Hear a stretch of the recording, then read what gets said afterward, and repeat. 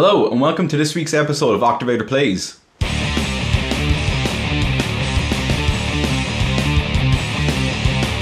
On this week's episode I'm going to talk about the Marshall MG100 HCFX.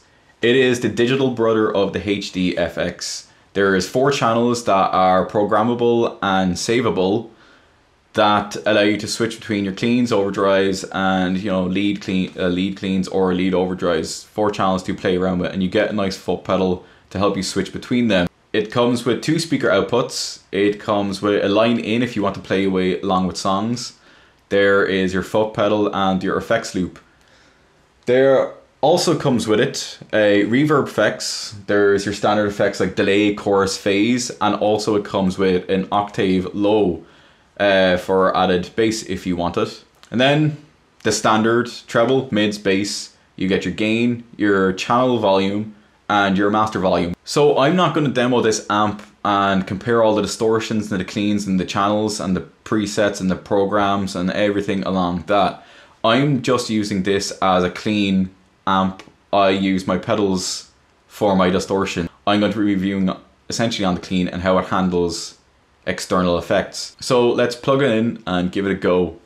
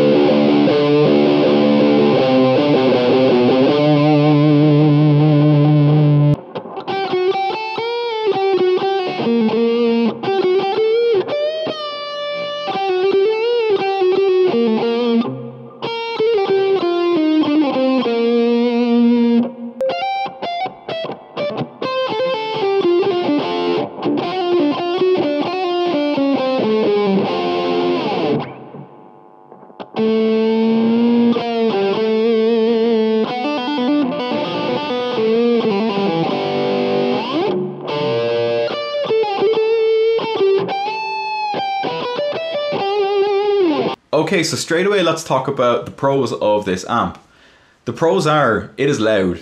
It is perfect for a large venue gig. It is 100 watts, and through a 4x12 or even a 2x12 you're not going to have any problem being heard. It is good. The volume I had it on was, the gain was just past the quarter mark. The channel volume's on halfway and the master volume's on the quarter mark, and it's loud. It is good. Another pro to this, and I know I said this in the last video with the micro tower, that I don't really use reverb in my sounds. I don't really see the points of them. There's great selection on the reverb. There's the studio and spring that you're selectable. And it's just nice to have a small bit of reverb in your mix. I do take it back. I have found since I put it in there, it sounds great. I like it. I'm going to keep it, and I will probably end up using it a lot.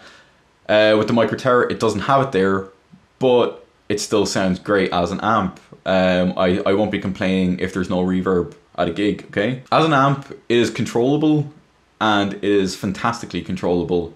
With the mids, your trebles and bass, you can get a nice sparkling clean, you can get a nice warm tone. You're never going to fault a Marshall head clean, I don't think. They're always going to sound great. I think that's what Marshall has nailed.